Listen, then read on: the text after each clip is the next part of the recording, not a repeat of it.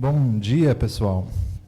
A gente estava conversando ali no pequeno grupo, que não era tão pequeno assim, que era o grupo da Tia Lenice, sobre a alegria de poder retornar ao acampamento. O chão ficou geladinho, Ângelo.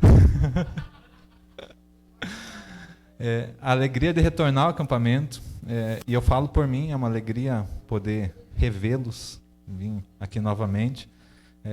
O retiro, como um todo, sempre marcou minha história, minha caminhada cristã, e poder retornar depois de tempos tão difíceis é algo gratificante, algo muito prazeroso. A gente vai conversar hoje, nessa manhã, um pouco sobre Atos 3. Ontem o Bruno conversou um pouco sobre Atos 2 e a Tia Lenice de manhã sobre Atos 1. Eu vou pedir para que vocês façam a abertura ali em Atos 3 para a gente. E também vou passar alguns textos, se vocês puderem, um de vocês escolher e deixar separado aí. Jeremias 31, 33. Alguém já procura. Outro procura Atos 1, 8. Outra pessoa procura, só passar minhas anotações, João 9, do 1 ao 3.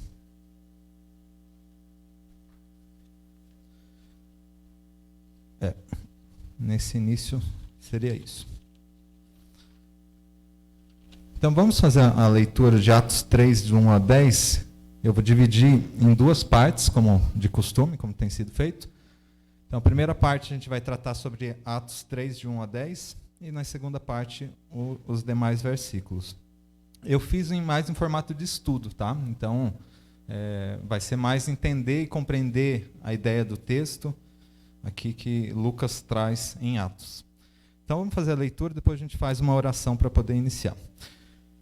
Eu faço a leitura do primeiro, vocês fazem o segundo. Pedro e João subiam ao templo para a oração da hora nona.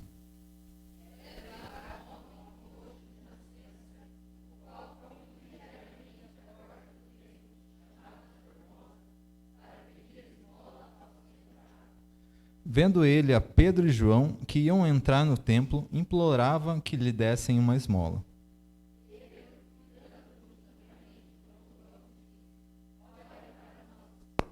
Ele os olhava atentamente, esperando receber alguma coisa.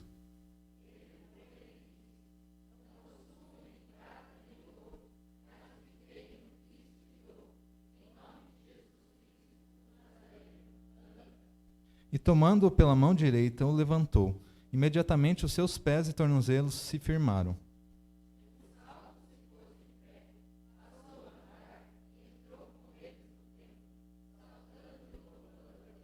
Viu-o todo o povo andar e a louvar a Deus.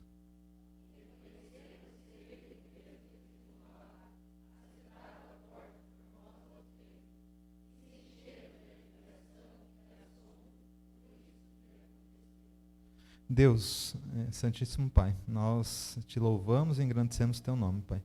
Que o Senhor possa falar conosco através da tua palavra, Deus. Que o Senhor possa conduzir essa conversa, essa pregação hoje de manhã, da mesma forma que o Senhor conduziu Pedro em Atos, ó Pai. Que o Senhor possa conduzir e direcionar toda essa conversa, Deus. Sê conosco, fala conosco, Pai. Nós precisamos e necessitamos do Senhor, Pai. Em nome de Jesus. Amém. Então a gente viu lá em Atos 1 sobre a ideia da morte e ressurreição de Cristo e ascensão de Cristo. E a promessa da chegada do Espírito Santo. E ontem à noite o Bruno trouxe, tão bem, né, Bruno? A ideia do Pentecostes, então a chegada do Espírito Santo e o estabelecimento da nova aliança. Então Jesus, ele promete, faz a promessa da chegada do Espírito Santo ali em Atos 1:8. Até quem puder ler, fazer a leitura para mim. Atos 1:8.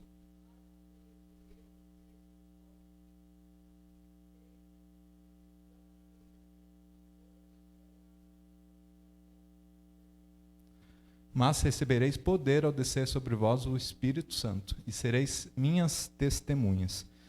Isso foi profetizado ali por Jeremias, lá no Antigo Testamento, em Jeremias 31, 33. Quem puder também fazer a leitura para mim, por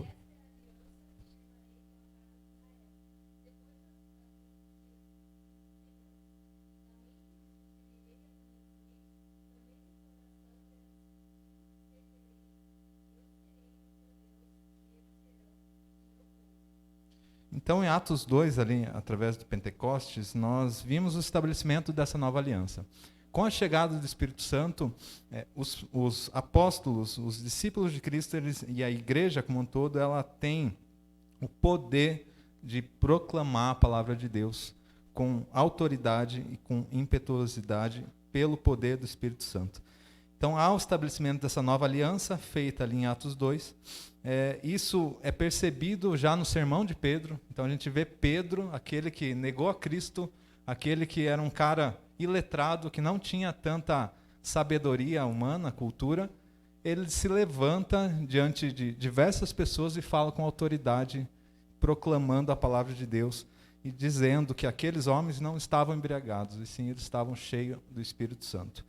Esse é todo o pano de fundo que chega em Atos 3. O dom do Espírito, ele fortalecia os apóstolos, ele fortalecia a igreja de Deus, e o evangelho era proclamado, e com isso a igreja crescia pelo poder da palavra. Então, Atos 3, ele dá continuidade a essa história da igreja, a essa história de toda a formação da igreja, e isso eu acho muito interessante, porque hoje nós estamos aqui como igreja, e nós podemos perceber a nossa história, a história que começou lá atrás e deriva aqui, hoje, nesse acampamento. Então, esses são os personagens, esse é o pano de fundo envolvendo o capítulo 3. Eu também vou trazer um pouco sobre os personagens envolvendo Atos 3. E os primeiros personagens que são citados já no início do Atos 3 são Pedro e João. Então, o primeiro versículo ali de Atos 3, Atos 3:1, diz assim: Pedro e João subiam ao templo para a oração da hora nona. Em diversos trechos da Bíblia, nós vemos Pedro e João em conjunto, trabalhando em conjunto. Então, Pedro e João eram sócios no negócio de pesca, a gente vê lá em Lucas 5:10. Eles prepararam a última Páscoa dos judeus para Jesus, em Lucas 22:8. Correram para o sepulcro de manhã no primeiro domingo de Páscoa, em João 23:4. Então, a gente vê uma proximidade em Pedro e João, a gente vê uma amizade, e mais do que uma amizade, uma parceria no ministério. E ao mesmo tempo que a gente vê essa proximidade, a gente vê, olhando a Bíblia como um todo, a gente vê a personalidade de cada um. Pedro tinha aquele jeito sincerão, aquele jeito que não pensava muito e já fazia. Era um cara de muita atitude, muito impulsivo, mas ao mesmo tempo, na minha opinião, era um cara muito sincero, que falava o que ele pensava, ele não pensava para isso. Não é à toa que a gente vê essa maneira impulsiva de Pedro de lidar ali quando Jesus estava no Getsemane, antes da sua crucificação. Pedro, ele se levanta, tira a espada e corta a orelha de Malcom, né, servo do sumo sacerdote. Então, Pedro tinha essa personalidade, e ao contrário disso, João já tinha uma personalidade mais amorosa. Ele era conhecido por sua bondade e sua ênfase no amor. Então, a minha impressão, quando eu vejo falar de João, quando eu leio sobre João, é que era aquele cara mais da paz, aquele cara mais apaziguador, aquele cara que pensava antes de falar e demonstrava o amor acima de tudo. Então, a gente percebe duas pessoas importantes na igreja primitiva, né? Duas pessoas que tiveram um papel de liderança dentro dessa igreja primitiva, mas duas personalidades extremamente diferentes. E aqui a gente pode tirar a primeira lição sobre ser igreja. Deus concede à igreja dons espirituais e diversas personalidades de liderança. Diferentes personalidades. Cabe a nós ajudar uns aos outros a exercer nossos dons com maior excelência e piedade, e ao mesmo tempo suprir os dons que os outros não têm. Isso que é tão bonito dentro da igreja. A gente vê pessoas diferentes trabalhando com um propósito. A gente vê, por exemplo, a tia Marli, que tem o dom de cuidar da alimentação como ninguém. O Bruno, da música. A gente vê diversas pessoas que, somando, formam o corpo de Cristo e fortalecem uns aos outros, fortalecem o ministério dos uns aos outros. John Stott, ele traz uma frase bem interessante nesse sentido, que ele fala assim: não somos só um povo cristão, somos também povo da igreja. Não estamos só comprometidos com Cristo, estamos também comprometidos com o corpo de Cristo. Eu necessito de vocês, vocês necessitam de mim, e assim nós caminhamos fortalecendo uns aos outros. E a presença de Pedro e João me dá essa ideia de fortalecimento, duas personalidades extremamente diferentes, cada um cumprindo o seu papel. Então esses seriam os dois primeiros personagens dentro de Atos 3. E a gente começa a perceber, já nesses Atos 3:1 também, nesse mesmo versículo, o contexto que se situava Pedro e João. Então, Pedro e João subiam ao templo para a oração da hora nona. Os judeus, naquela época, eles tinham o costume de 3 horários específicos de oração. O horário da manhã, a hora da tarde e a hora da noite. Então, coloquei até horário, a hora da manhã às 9 horas, a hora da tarde, meio-dia, e a hora da noite às 3 horas da tarde. Aquela era uma região que anoitecia muito cedo, então 4:30 da tarde já estava anoitecendo. Então, por isso que 3 horas da tarde é a hora da noite, porque era o último período de oração para que o pessoal pudesse retornar para o seu lar ainda, de maneira a não pegar a noite e ter segurança por conta disso. Então, a oração da hora nona ela é considerada uma oração da noite, sendo às 3 horas da tarde. E a gente percebe Pedro e João caminhando para essa oração da hora da noite, seguindo a tradição judaica, seguindo já uma tradição que eles preconizavam, já faziam. Então era nada mais do que a rotina deles. Eles não estavam fugindo da rotina, indo para a oração da hora nona, eles estavam seguindo, aí indo para o terceiro turno de oração. Porém, seguindo ali Atos, a gente percebe a entrada de um novo personagem nessa história, que seria o mendigo aleijado. A gente vai fazer de novo, e eu vou sempre repetir isso, a leitura, porque eu acho que é importante a gente entender e reforçar a ideia do texto. Então, Atos 3, 2-10, eu vou fazer a leitura dessa vez sozinho, mas vocês me acompanham ali, pode ser pelo slide ou até mesmo pela Bíblia. Era levado um homem coxo de nascença, o qual punham diariamente à porta do templo chamado Formosa, para pedir esmola aos que entravam. Vendo ele Pedro e João, que iam entrar no templo, implorava que lhes dessem uma esmola. Pedro, fitando-o juntamente com João, disse: Olha para nós. Ele os olhava atentamente, esperando receber alguma coisa. Pedro, porém, lhe disse: Não possuo nem prata nem ouro, mas o que tenho, isso te dou. Em nome de Jesus Cristo Nazareno, anda. E tomando pela mão direita o levantou, imediatamente os seus pés e tornozelos se firmaram. De um salto se pôs em pé, passou a andar e entrou com eles no templo, saltando e louvando a Deus. Viu todo o povo andar e louvar a Deus, e reconheceram ser ele o mesmo que esmolava, assentando à porta formosa do templo, e se encheram de admiração e assombro por isso que lhe acontecera. Então, a gente vê a entrada de um novo personagem, que seria esse mendigo aleijado. De acordo com Lucas, o autor do livro de Atos, vocês viram lá na abertura o pastor Mateus trouxe a ideia do autor de Atos. Então, Lucas ele traz a ideia desse homem aleijado que era colocado todos os dias à frente da porta do templo. Era um aleijado que ele mendigava desde a sua nascença, né, porque ele era dessa forma, ele era coxo de nascença, e naquele contexto, a figura de um deficiente físico, alguém que tinha um problema físico, era uma figura de alguém que se portava em vida de maneira desesperada. E ele, especificamente, o coxo, como outros também, ele precisava de esmolas para conseguir sobreviver. E a gente consegue perceber isso também lendo outras passagens da Bíblia, que essas pessoas que tinham uma certa deficiência física, nasciam com algum problema, eles, de certa forma, acabavam sendo um peso ali para aquela sociedade, uma vez que eles não conseguiam exercer o trabalho físico, e não exercendo o trabalho físico, não conseguiam se sustentar. E também, além disso, a gente tinha um certo preconceito ao redor disso tudo, como se aquela pessoa ela tinha esse problema por conta de um pecado que ela cometeu lá no passado. Isso a gente percebe de pessoas distantes de Cristo, mas de pessoas também muito próximas.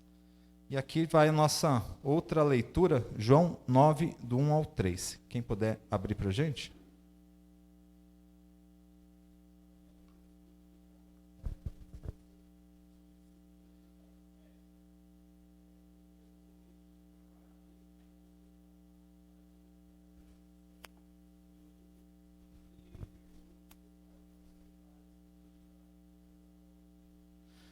Então a gente vê aqui que os próprios discípulos indagando Jesus sobre esse cego, né? Sobre quem havia pecado. Então, caminhando, Jesus viu esse homem cego e os discípulos perguntaram: quem pecou, esse ou seus pais que pecaram para que ele tivesse essa deficiência física? Nem ele pecou, nem seus pais, mas foi para que se manifeste nele a obra de Deus.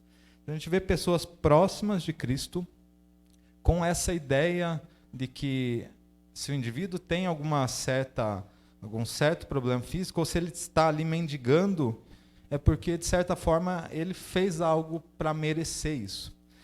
E ontem mesmo eu estava refletindo sobre isso, que muitas vezes esse é o nosso pensamento quando a gente vê alguém na rua.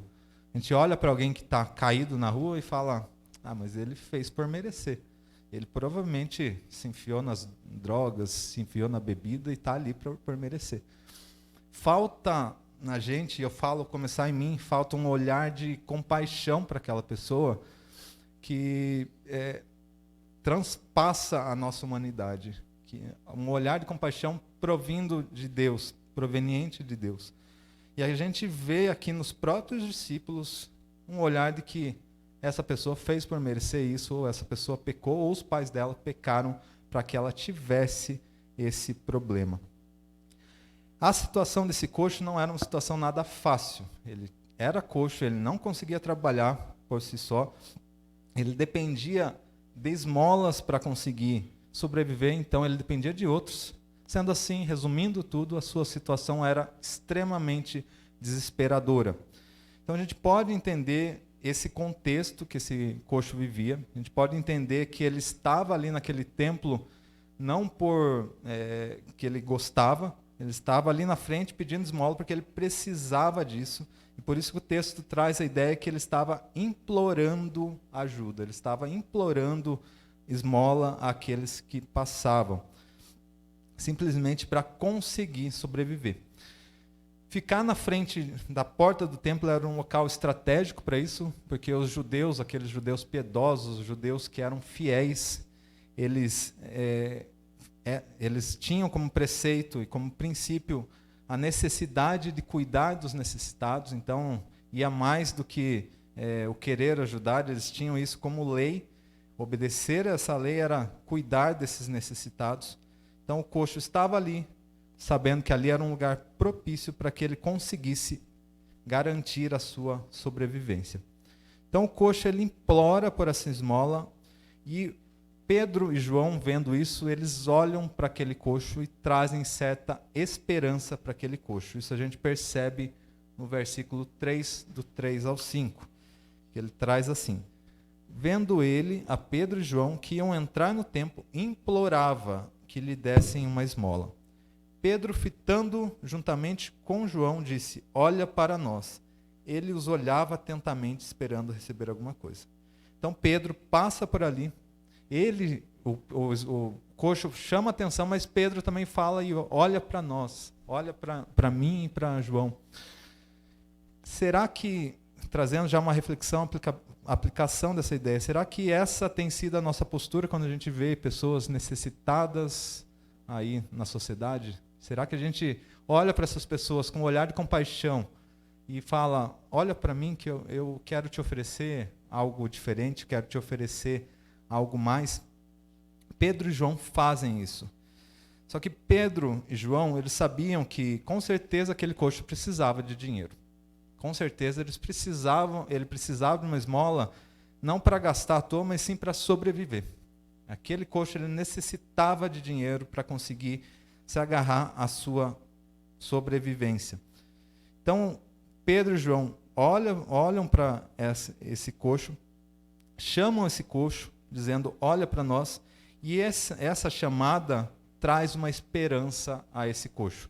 Essa chamada faz com que o coxo passe e olhe para Pedro e João e fale: meu Deus, alguém está querendo minha atenção, alguém está preocupado comigo, alguém vai me ajudar, pelo menos, a garantir essa sobrevivência de um dia. Então, esse olhar, ele traz uma esperança, e no versículo 5, eu entendo que traz uma certa frustração esse coxo, porque o coxo, à medida que ele olha para Pedro e João, Pedro responde: não possuo nem prata nem ouro, mas o que tenho, isso te dou. Até o momento, ele não sabia o que havia de vir, né? Ele pensava, ele não vai me dar nem prata nem ouro, ele vai me dar outra coisa.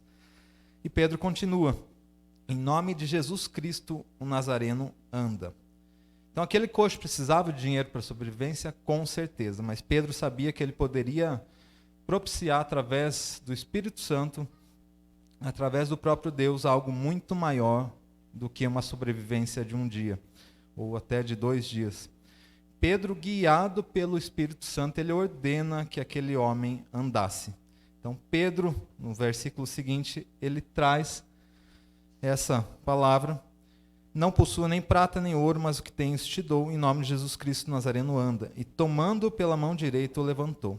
Imediatamente os seus pés e tornozelos se firmaram, de um salto se pôs em pé, passou a andar, entrou com eles no templo, saltando e louvando a Deus.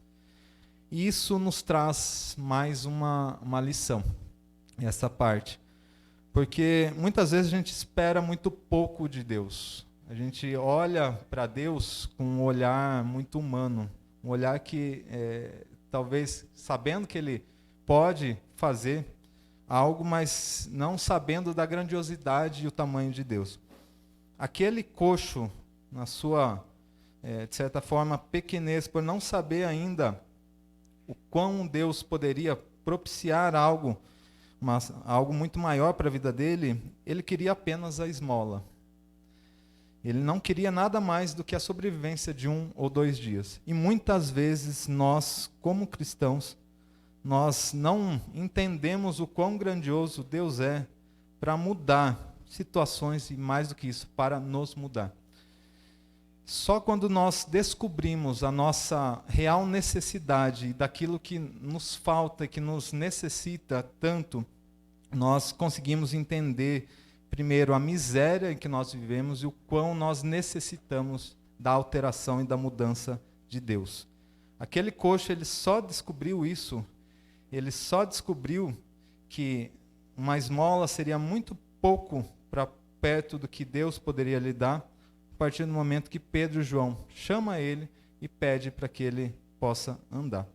Muitas vezes nós agimos como esse mendigo, nós agimos como esse coxo e não enxergamos nossas necessidades físicas e nossas necessidades espirituais.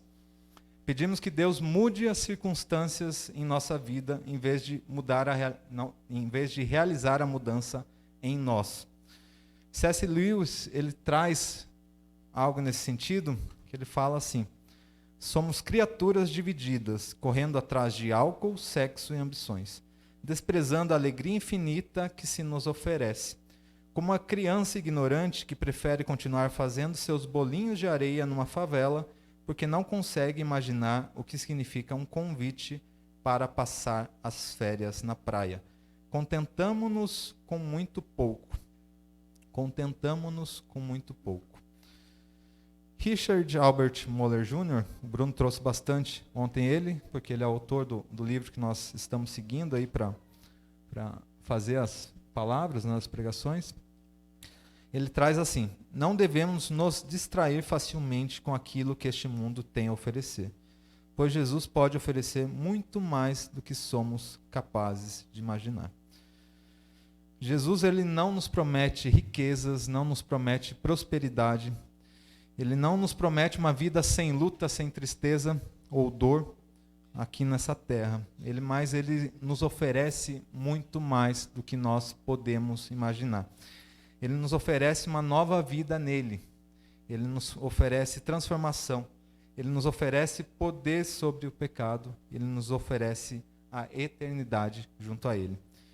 Por isso que Pedro, ao olhar para aquele coxo, ele não se preocupa em lhe dar ouro e prata, por mais que Pedro pudesse ter isso naquele momento. Mas ele oferece algo muito maior, que seria a cura pelo poder do Espírito Santo. Será que nós temos olhado para Deus com os nossos olhos humanos e carnais e não temos enxergado a grandiosidade do Deus e o tamanho do Deus que nós servimos? Um Deus que pode nos mudar, e não mudar somente as circunstâncias que nós vivemos. E tudo isso foi feito, esse milagre que ocorreu na vida daquele coxo foi feito para a glória do próprio Deus. Deus, ele muitas vezes trabalha em nós, muda nosso caráter, muda a nossa maneira de viver, por amor a nós, com certeza, mas principalmente pela glória do seu próprio nome, para manifestar a glória do próprio Deus.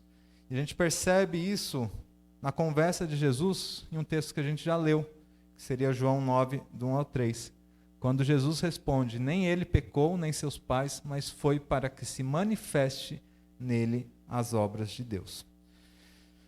Aquele coxo, ele foi curado para que se manifestasse a glória de Deus na vida dele. E é por esse motivo que aquele coxo, ele se levanta e começa a glorificar o nome de Deus. A cura daquele coxo mostra que aquele Cristo que havia sido morto, crucificado, e depois no terceiro dia ressuscitou, ele estava vivo, entronizado ao lado do Deus Pai. Era o Cristo vivo e ressurreto. Eles pregavam um Cristo que não estava morto, que não estava inativo, mas eles pregavam a existência de um Cristo vivo e ressurreto. E esse mesmo Cristo que era vivo e ressurreto naquela época ainda é hoje. Aquele mesmo Cristo que tem poder para alterar pessoas, mudar pessoas, curar pessoas de suas enfermidades físicas e espirituais, ainda tem poder hoje para nos mudar e nos alterar, tudo para a glória do próprio Deus, tudo para a glória de Deus. Aquele coxo, ele se levanta, então nós percebemos isso em Atos de 8 a 10, ele dá um salto, se põe em pé, passa a andar, e entra com eles no templo, saltando e louvando a Deus. Versículo 9. Viu todo o povo andar e louvar a Deus, e reconheceram ser ele o mesmo que esmolava, assentado à porta formosa do templo, e se encheram de admiração e assombro por isso que lhe acontecera. A multidão, ela conhecia esse coxo de tempos, sabia que ele estava ali desde da sua infância, mendigando, pedindo esmola para conseguir sobreviver. Imagine a situação daquelas pessoas que presenciavam. Aquele coxo que antes estava lá, largado no chão, pedindo esmola, hoje ele está de pé, louvando ao próprio Deus. Com certeza isso gerou admiração e assombro naquelas pessoas. Alguns de temor, porque viram algo sobrenatural ocorrer. Outras de louvor ao próprio Deus. E por isso gera o cenário perfeito para a propagação do Evangelho. A cura desse coxo foi para a glória de Deus. A cura desse coxo gerou o cenário perfeito para que o Evangelho, que a palavra de Deus pudesse ser propagada naquela situação. O milagre não é o Evangelho propriamente dito, mas ele abre as portas para a pregação do Evangelho. Aquele coxo, ele finalmente entende o estado de miséria que ele vivia. Ele entende que ele poderia ter pedido muito mais. Ele perdeu muito tempo pedindo somente esmolas. Aquele coxo entende que ele vivia em um estado de miséria. E João Calvino, ele traz uma frase que vem bem a calhar aí nessa situação. Fala assim: pois jamais somos devidamente sensibilizados do quanto somos devedores a Cristo, nem avaliamos suficientemente sua generosidade para conosco, até que a extrema infelicidade de nosso estado seja por ele posta diante de nossos olhos. Nós nunca seremos sensibilizados do quanto nós somos devedores a Cristo, se nós não enxergarmos em nós o estado de miséria que nós vivemos.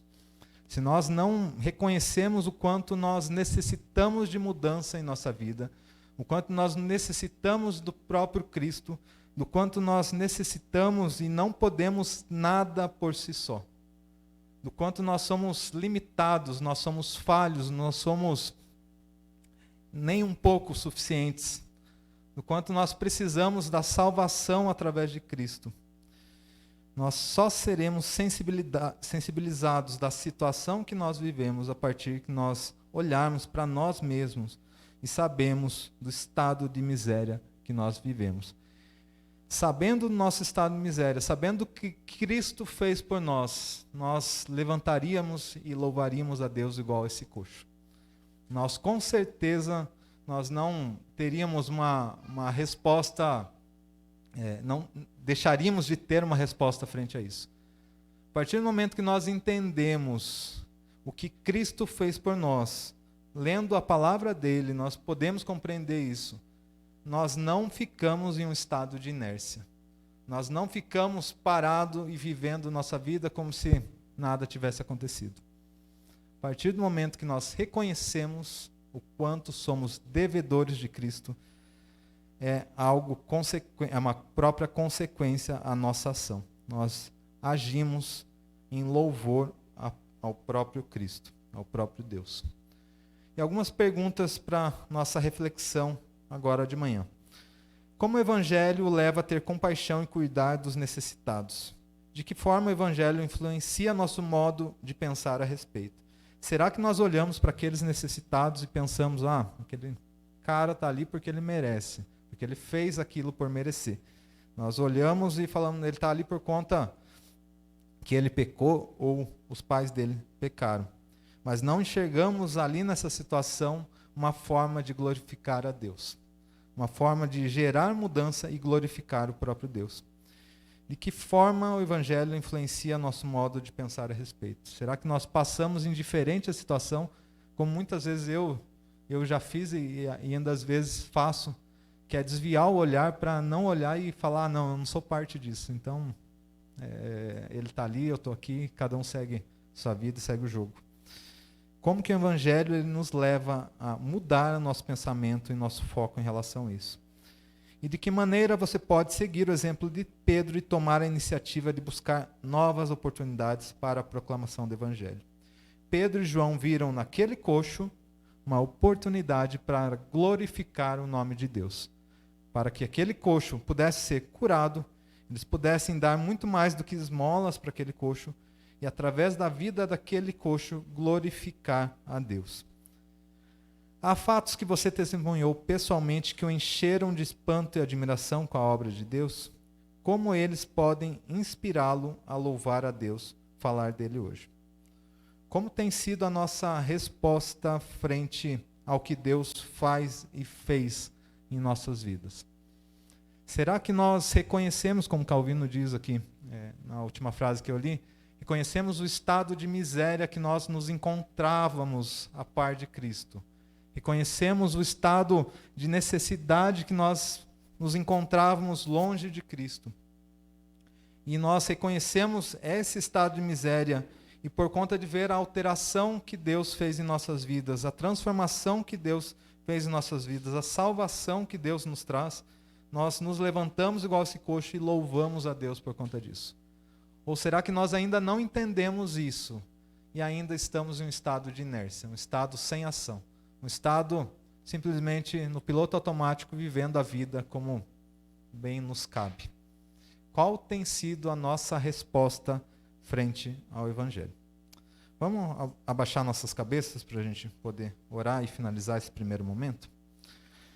Deus, primeiramente eu peço perdão, Pai, por muitas vezes não glorificar ao Teu nome em todas as situações, Deus. Não glorificar o Teu nome em todas as situações que surgiram na minha vida, Deus. Muitas vezes nós não entendemos a grandiosidade do que o Senhor fez e faz em nossas vidas, Pai, e nos perdoa por isso, Pai. Que a gente possa ter ação diante desse mundo que necessita tanto do Senhor, Deus. Que a gente possa, mais do que falar, agir em Teu nome, Deus. Que a gente possa ser cheio do Espírito Santo, como Pedro foi e proclamou o Teu nome através da Tua própria palavra, Pai. Nos faz forte, Pai, nos fortalece em Tua palavra, Deus. Cuida de nós e nos transforma, Deus. Mais do que transformar as circunstâncias, transforma as nossas vidas. É isso que eu peço e já agradeço por Teu nome, Deus. Em nome de Jesus. Amém.